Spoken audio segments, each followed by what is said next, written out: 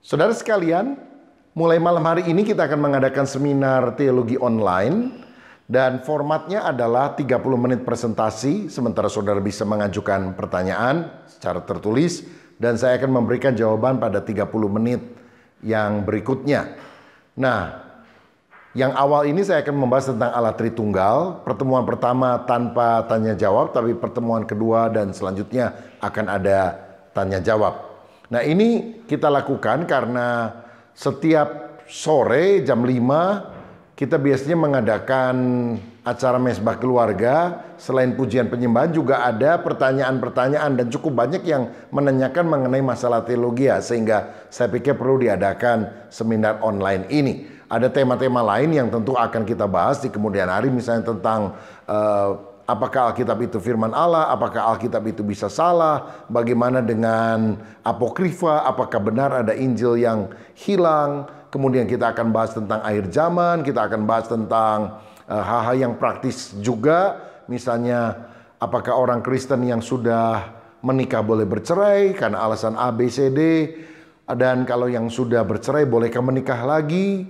Kita juga akan bahas soal LGBT, atau ada pertanyaan tentang berapa umur bumi, apakah manusia dari kera, kemudian apakah dinosaurus pernah ada, dan itu akan kita bahas setiap Kamis jam 7 malam sampai jam 8. Jadi beritahukan kepada teman-teman kita yang lain. Di gereja kami itu disebut sebagai super seminar untuk pertemuan rohani, dan ini juga pernah ditayangkan di dalam acara Nilai Kehidupan di live channel, tapi tanpa tanya jawab. Tapi dalam kesempatan ini kita akan melakukannya disertai dengan tanya jawab. Saya mengharapkan agar acara ini sungguh-sungguh memberkati dan membekali Anda. Tuhan Yesus memberkati. Shalom pemirsa yang dikasihi Tuhan, salah satu hal yang sulit untuk dipahami di dalam doktrin Kristen adalah tentang Allah Tritunggal. Ini membutuhkan pemahaman yang lebih mendalam, konsentrasi yang lebih jauh supaya kita bisa menangkap, mencerna, dan memahami tentang doktrin tersebut. Kita sedang berbicara tentang kebagaimanaan Tuhan, bukan keberapaan Tuhan ketika membahas doktrin Tritunggal ini. Itu sebabnya mari kita membuka hati kita masing-masing di bawah bimbingan Pendeta Dr. Ruben Adi Abraham yang sepanjang 3 seri ke depan akan membahas soal Allah Tritunggal ini. Saya percaya kita semua akan diberkati, karena itu mari buka hati saudara untuk menyaksikan program ini. Allah Tritunggal. Saudara sekalian, doktrin yang paling sering disalahpahami oleh orang-orang Kristen dan juga orang-orang non-Kristen adalah doktrin perihal Allah Tritunggal. Sebagian besar orang menganggap bahwa doktrin ini tidak masuk akal. Masa bisa sih 1 tambah 1 tambah 1 kok 1? Mestinya kan 1 tambah 1 tambah 1 ya 3. Padahal kalau bicara soal Tuhan, kita tidak bicara soal berapa Tuhan. Kita tidak bicara soal penambahan, tapi kita harus mendalami tentang kemuliaan atau keagungan Tuhan. Ada yang lain bilang ini bukan pertambahan, tapi kalau pakai istilah matematika 1 kali 1 kali 1 sama dengan 1. Karena kita tidak membahas soal keberapaan Tuhan, tapi kebagaimanaan Tuhan itu. Ada yang bilang Allah itu Trinitas, 3 in 1. Apa itu maksudnya ya? Apakah seperti kopi campur susu lalu ada gulanya juga, 3 in 1 dalam satu sase. Nah, jadi seringkali kesalahpahaman itu mulai muncul. Tetapi akhir-akhir ini ada banyak orang yang makin keliru dan menuduh kekristenan sebetulnya menyembah 3 Allah. Karena itulah kita perlu membahas perihal Allah Tritunggal. Tetapi sikap hati yang kita harus miliki setiap kali kita bicara tentang Allah, termasuk Allah Tritunggal, adalah kita harus hati-hati. Kita harus memiliki hati yang rendah, tidak boleh merasa sok tahu, pinter, ngerti. Karena yang kita sedang bicarakan ini bukan orang, yang kita bicarakan ini Tuhan, Sang Pencipta. Kalau kita ngomong orang sederhana nggak terlalu masalah. Kalau kita ngomongin soal raja, urusan bisa lain, saudara. Kalau saudara orang Korea Utara ngomong-ngomongin Kim Jong-un, bisa mati, saudara. Nah, kita ini sedang bicara soal Tuhan. Sehingga kita harus dengan rendah hati berkata, Tuhan, nyatakanlah siapa pribadimu supaya kami mengenalmu. Sebab Tuhan itu bukan objek, dia adalah subjek. Saudara, kalau kita bicara soal menyelidiki tentang sesuatu, biasanya kita adalah subjek, lalu yang kita selidiki adalah objek. Menyelidiki soal semut, kita ambil semut, kita taruh di bawah mikroskop, lalu kemudian kita bisa jabarkan apa saja anatomi yang ada pada tubuh seekor semut. Menyelidiki batu itu lebih gampang daripada menyelidiki singa, betul? Saudara tinggal ambil batu, selidiki, coba saudara selidiki singa. Bisa diambil singa, tenang ya, saya mau selidiki, buka mulut, begitu. Diterkam dulu saudara sekalian. Menyelidiki manusia yang derajatnya lebih tinggi daripada binatang, jauh lebih sulit. Menyelidiki binatang lebih gampang daripada menyelidiki manusia. Apalagi kalau ada seorang pemuda di tempat ini yang ingin mengenal lebih dalam, punya penyelidikan tentang pribadi seorang wanita cantik yang ingin dipacarinya. Oh, belum tentu mau si wanitanya. Yang laki udah ngebet pengen, yang perempuan belum tentu mau, saudara. Apalagi kalau kita mau menyelidiki tentang Tuhan. Karenanya Allah itu hanya bisa dikenali bila Dia sendiri yang mengambil inisiatif untuk membuka diri, untuk menyatakan pribadinya kepada kita. Tanpa itu kita tidak bisa mengenal Tuhan. Amin.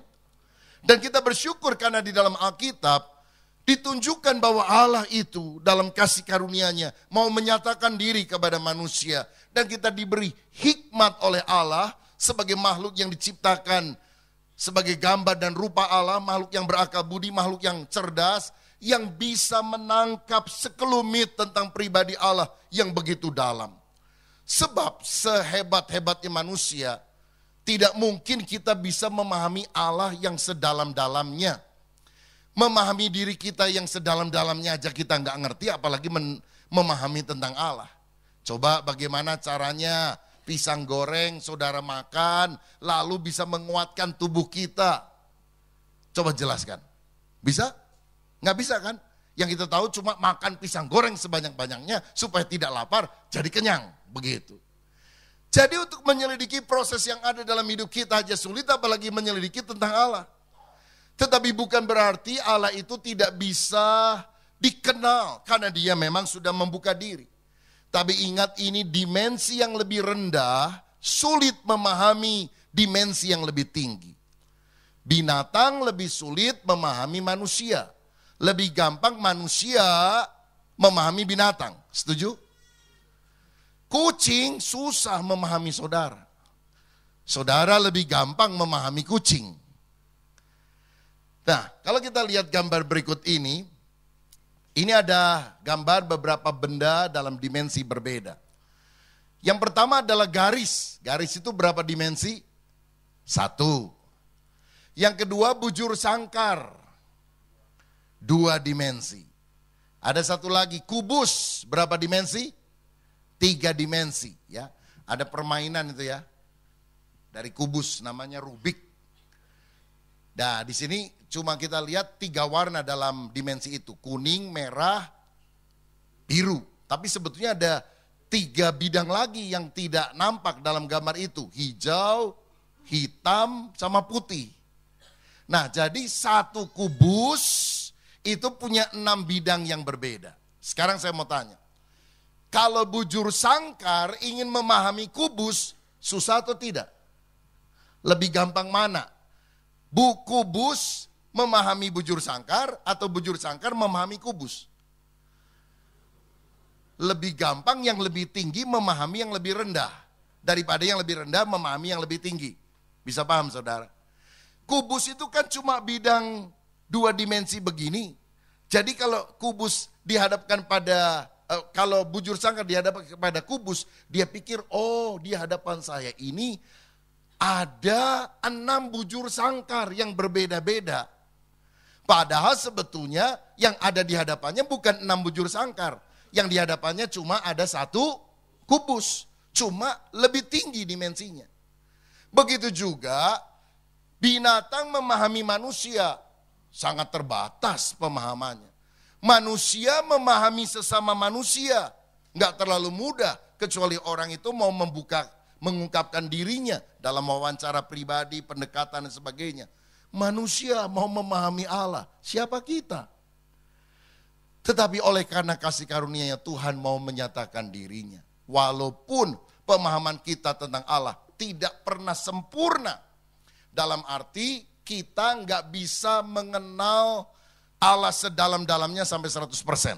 Sebab kalau kita mengenal Allah, ngerti Allah 100%, kita sudah bukan manusia, kita sudah Allah, saudara sekalian. Nah, di sini saya teringat seorang tokoh besar namanya Agustinus, abad 4, dia pernah berkata, cobalah memecahkan misteri Allah Tritunggal, dan mungkin Anda akan kehilangan akal. Tapi cobalah meniadakan tidak percaya kepada Allah Tritunggal, dan mungkin Anda akan kehilangan jiwa.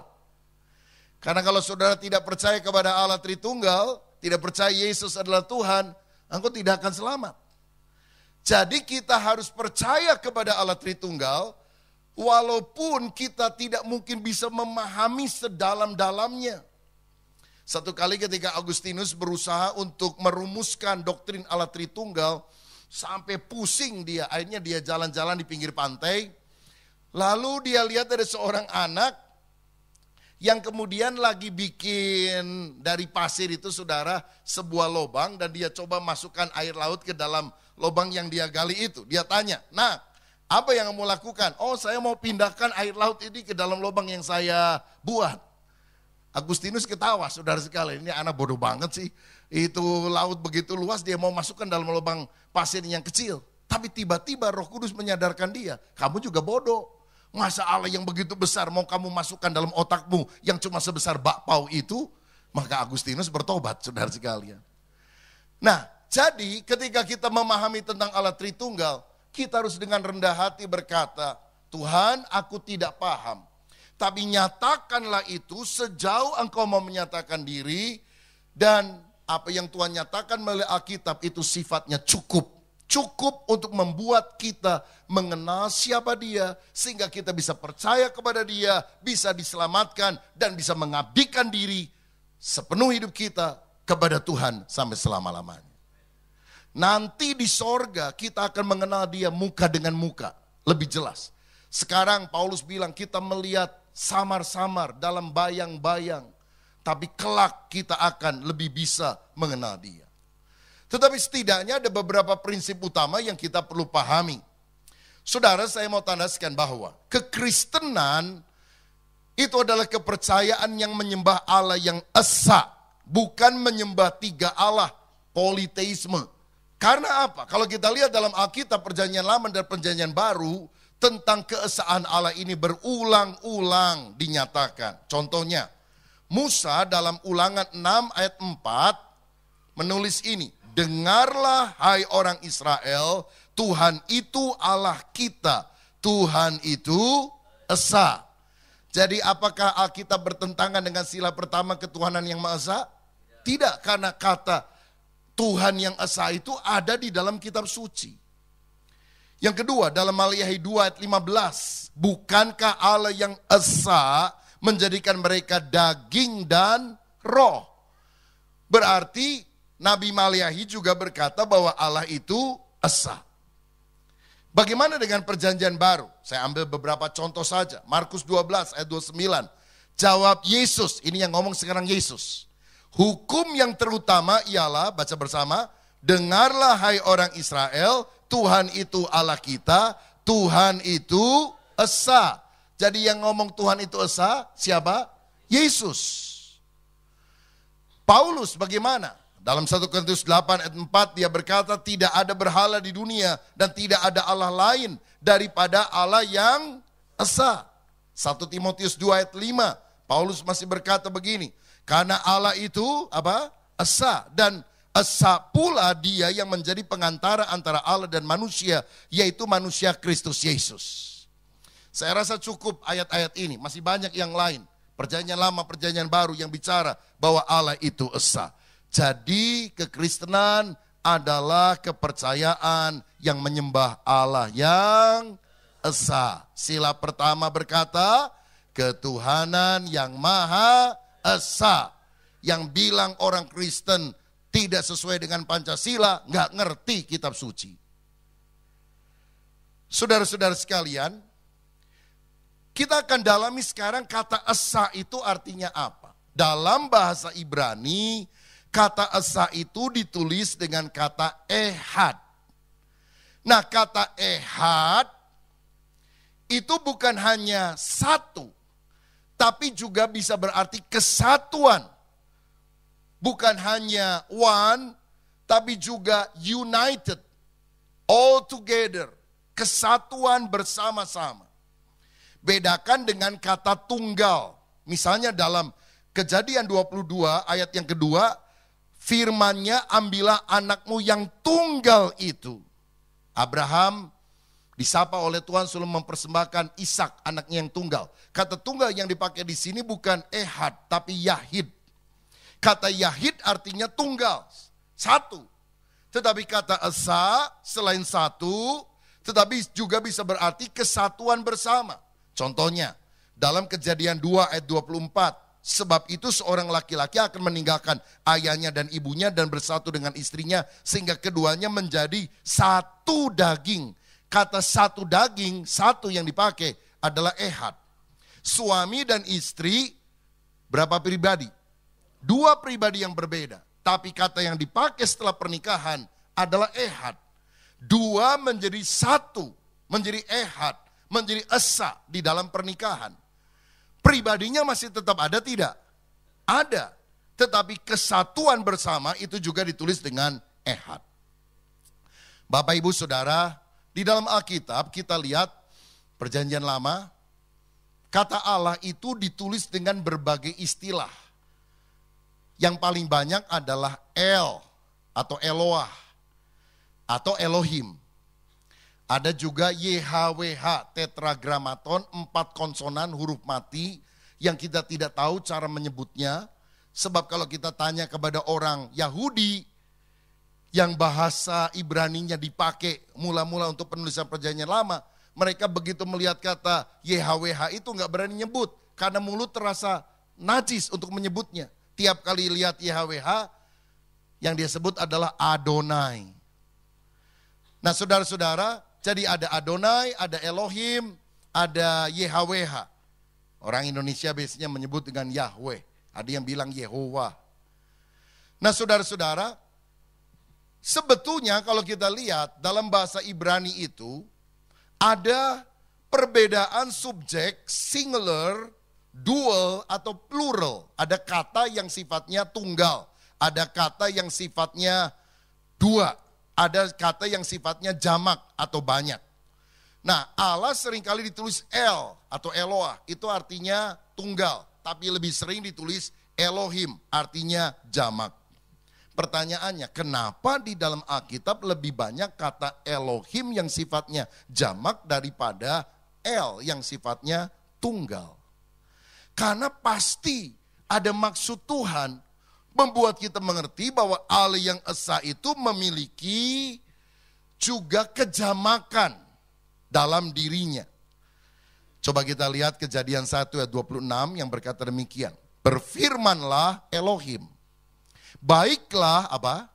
Kita menjadikan manusia menurut gambar dan rupa kita. Nah, kalau kita itu satu atau lebih dari satu. Berarti lebih dari satu. Jamak, bukan hanya tunggal, singular, tapi plural. Ayat 27, maka Allah menciptakan manusia itu menurut gambarnya. Nah, kalau gambarnya tunggal atau jamak? Tunggal. Menurut gambar Allah diciptakannya dia laki-laki dan perempuan, diciptakannya mereka. Kenapa ayat 26 jamak, ayat 27 tunggal? Ini menunjukkan bahwa Allah yang esa itu memiliki kejamakan. Tapi dalam kejamakan Allah itu juga ada keesaannya. Saudara-saudara, Ayat ini tidak secara langsung bicara tentang Allah Tritunggal. Ayat ini hanya bicara bahwa Allah itu esa, tapi dia memiliki kejamakan. Kalau boleh saya ilustrasikan, satu tetapi punya kejamakan itu mungkin seperti ini. Sebuah segitiga. Berapa segitiganya? 1. Sudutnya 3. Ya toh? Sebuah segitiga, 1 segitiganya terdiri dari 3 sudut. Sebuah ruangan pasti terdiri dari panjang, lebar, tinggi. Ada dimensi panjang, lebar, tinggi. Tapi ruangannya berapa? 1. Contoh, waktu. Itu dimensinya berapa? 3. Lampau, kini, dan yang akan datang. Nah saudara-saudara, jadi Kejadian 1:26-27 ini walaupun secara tidak langsung menunjukkan Allah Tritunggal, ini menunjukkan bahwa ada kejamakan di dalam diri Allah. Nah kalau kita lihat gambar berikut ini, kita bisa jabarkan sedemikian. Only one God, hanya ada satu Allah. Tetapi 3 persons, ada 3 pribadinya. The Father is God, Bapa adalah Allah. The Son is God, anak adalah Allah. The Spirit is God, Roh Kudus adalah Allah. Tetapi ada perbedaan pribadinya. Apa perbedaan pribadinya? The Father is not the Son. The Son is not the Spirit, and the Spirit is not the Father. Bapa itu Allah, anak itu Allah, Roh Kudus itu Allah. Tapi Bapa bukan anak, anak bukan Roh Kudus bukan Bapa. Pakai contoh lagi ya, supaya gampang. Walaupun contoh itu nggak ada yang sempurna. Kalau contoh sudah sempurna, namanya bukan contoh, hakikat, saudara-saudara. Ya, ini contoh analogi. H2O, ini unsur kimia. Air adalah H2O, betul? Es adalah H2O, betul? Uap adalah H2O. Tapi apakah air sama dengan es? Aduh saya haus, bisa tolong minta air? Saudara bawa es. Loh kenapa minta es? Sama aja kan H2O. Enggak, saya tadi minta air. Tolong ya, minta air. Datang lagi gelas kosong. Loh kenapa gelas kosong sekarang? Uap, sudah menguap tadi. Saudara-saudara hakikatnya sama H2O, tapi kan beda ini. Air sama dengan H2O. Uap adalah H2O. Es adalah H2O. Tapi air bukan uap, uap bukan es bukan air. Bisa nangkap saudara? Nah, jadi kalau kita lebih jauh berbicara tentang Allah Tritunggal, Allah itu esa tapi Tritunggal, artinya satu hakikat namun punya 3 pribadi yang bisa dibedakan tapi tidak bisa dipisahkan. Perlu saudara pahami bahwa istilah Tritunggal tidak ada dalam Alkitab. Tetapi konsep ini adalah konsep yang alkitabiah. Ada yang bilang, oh Tritunggal itu nggak ada di Alkitab karena itu tidak alkitabiah. Keliru. Karena kata monoteisme juga nggak ada di Alkitab. Coba cari. Tapi kekristenan itu monoteisme, percaya kepada satu Allah, saudara. Ya, jadi istilah Tritunggal tidak ada dalam Alkitab, tapi konsep ini adalah konsep yang sangat alkitabiah. Dan diduga Tertullianus adalah orang yang pertama kali menggunakan istilah Tritunggal. Dan di kemudian hari doktrin Tritunggal disahkan dalam konsili, artinya sidang para pendeta-pendeta di kota Nisea pada tahun 325 Masehi. Yang rumusan sederhananya adalah Allah itu esa tapi memiliki 3 pribadi yang sehakikat dan setara. Boleh diucapkan bersama-sama, Allah Tritunggal itu artinya Allah itu esa tapi memiliki 3 pribadi yang sehakikat dan setara. Jadi kalau ditanya orang Allah Tritunggal itu maksudnya apa? Satu hakikat tapi 3 pribadi. Mari ucapkan bersama, Tritunggal artinya satu hakikat, tiga pribadi. Ya. Jadi kalau ditanya jangan apa ya, bingung. Tritunggal itu apa? Satu hakikat, tiga pribadi. Nah, mantap dulu saudara sekalian. Walaupun penjelasan berikutnya masih agak bingung, tapi rumusannya udah diketahui ya. Satu hakikat, tiga pribadi. Begitu. Nah, kenapa doktrin tentang Allah Tritunggal ini dirumuskan? Paling tidak ada tiga penyebab. Pertama, karena ternyata dalam sejarah sudah terjadi kesimpang siuran pengertian mengenai pribadi Allah. Karena tidak pernah dirumuskan secara baku sebelumnya, maka setiap orang itu mendefinisikan menurut pandangannya sendiri. Dan akhirnya kan tambah kacau. Yang kedua, sebagai dampak yang nomor satu, timbullah ajaran-ajaran yang sesat. Karena kan memang tidak pernah dibakukan rumusannya. Masing-masing menurut konsepnya sendiri, lama-lama jadi sesat. Dan yang ketiga, doktrin ini dirumuskan karena ada kebutuhan untuk mendalami kebenaran tentang Allah Tritunggal. Memang ini adalah kebenaran Alkitab yang mesti diselidiki, dilakukan studi yang lebih mendalam, lalu dibuat rumusan-rumusan yang kemudian dipegang, diyakini, diajarkan kepada semua orang supaya tidak salah konsepnya. Nah, konsep Tritunggal ini sebetulnya sudah ada di dalam Alkitab Perjanjian Lama. Ini bukan ajaran Perjanjian Baru saja, tapi ini sudah lama ada di dalam Alkitab Perjanjian Lama. Apalagi ada orang yang berkata, oh konsep Tritunggal itu baru ada pada abad keempat, yaitu setelah Konsili Nisea tahun 325. Yang tujuan utamanya menjadikan Yesus manusia biasa sebagai Tuhan. Ini sesuatu hal yang sangat keliru. Karena konsep Allah Tritunggal sudah ada dalam Alkitab sejak mulanya. Nah, intinya apa sih?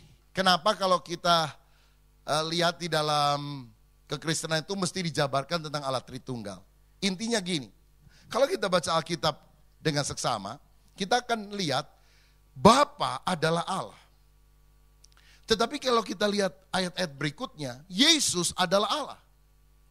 Lalu kalau kita pelajari lebih jauh, Roh Kudus adalah Allah. Tapi Alkitab bilang Allah itu esa. Nah, ini yang harus dirumuskan. Allah itu esa gampang. Oh, satu. Tapi kok Bapa adalah Allah? Oh iyalah, kita percaya Bapa adalah Allah. Loh, kok Yesus adalah Allah? Apa ada dua Allahnya? Loh, ada satu lagi. Roh Kudus adalah Allah. Apa ini Allah yang ketiga? Nah, sekarang kita ingin memberikan penjelasan lebih jauh bahwa hakikatnya satu, pribadinya tiga, Bapa, Putra, dan Roh Kudus. Yang pertama, Bapa adalah Allah. Dia pencipta dan pemelihara. Kejadian 1 ayat 1 berkata, pada mulanya Allah menciptakan langit dan bumi. Ulangan 32 ayat 6 berkata, bukankah ia Bapamu yang mencipta engkau? Jadi kata Bapa, Aba untuk Allah tidak hanya muncul di Perjanjian Baru. Ini sudah ada di dalam Perjanjian Lama. Jadi Allah adalah Bapa. Bapa bagi siapa? Bapa bagi Israel dalam Perjanjian Lama. Tapi kemudian dalam Perjanjian Baru kita lihat konsep ini berkembang. Dia bukan hanya Bapa bagi umat Israel saja. Dia menjadi Bapa bagi semua orang yang percaya. Mau Yahudi, non-Yahudi. Selama kita percaya bahwa Yesus adalah Tuhan, maka Allah adalah Bapa kita. Karena Yohanes 1 ayat 12 berkata, tetapi semua orang yang menerimanya diberinya kuasa supaya menjadi anak-anak Allah. Meskipun kata Tritunggal itu sendiri tidak terdapat di dalam Alkitab, tetapi kesimpulan secara keseluruhan ketika kita memahami Kejadian sampai Wahyu akan mengantarkan kita kepada pemahaman bahwa Allah yang memperkenalkan diri kepada kita adalah Allah Tritunggal, tiga pribadi dalam satu hakikat. Syarat yang harus kita lakukan adalah jangan sok tahu, jangan membuat analisa dengan kemampuan kita sendiri, tetapi selalu membuka diri kita kepada apa yang Roh Kudus nyatakan di dalam hidup kita. Mari kita bersyukur untuk sesi yang pertama ini dan kita berdoa kepada Tuhan. Kami bersyukur ya Tuhan karena Engkau Allah yang besar, Engkau Allah yang luar biasa, tetapi sekaligus Engkau Allah yang berkenan untuk dikenal oleh setiap kami, orang-orang yang mau percaya kepada Tuhan. Dan ketika Engkau memperkenalkan diri, kami bisa lebih memahami siapa Engkau, pribadimu, dan semua hal tentang Tuhan. Kami berdoa biarlah Tuhan yang menerangi batin kami masing-masing, sehingga kami tidak mengenal Tuhan dengan kekuatan kami sendiri, tetapi berdasarkan urapan-Mu, penyataan-Mu yang Engkau berikan kepada setiap kami. Tuhan, kami mau supaya di seri-seri yang akan datang, kami juga mendapatkan pemahaman yang lebih dalam lagi tentang Allah Tritunggal ini, dan biarlah kami selalu terbuka akan kebenaran-Mu. Berkati pemirsa yang sedang menyaksikan program ini, dan di dalam nama Tuhan Yesus kami bersyukur. Haleluya. Amin. Kita akan berjumpa lagi di dalam seri berikutnya, supaya kita bisa lebih memahami tentang Allah Tritunggal ini, dan kita berjumpa dalam kesempatan yang akan datang. Tuhan Yesus memberkati Anda sekalian.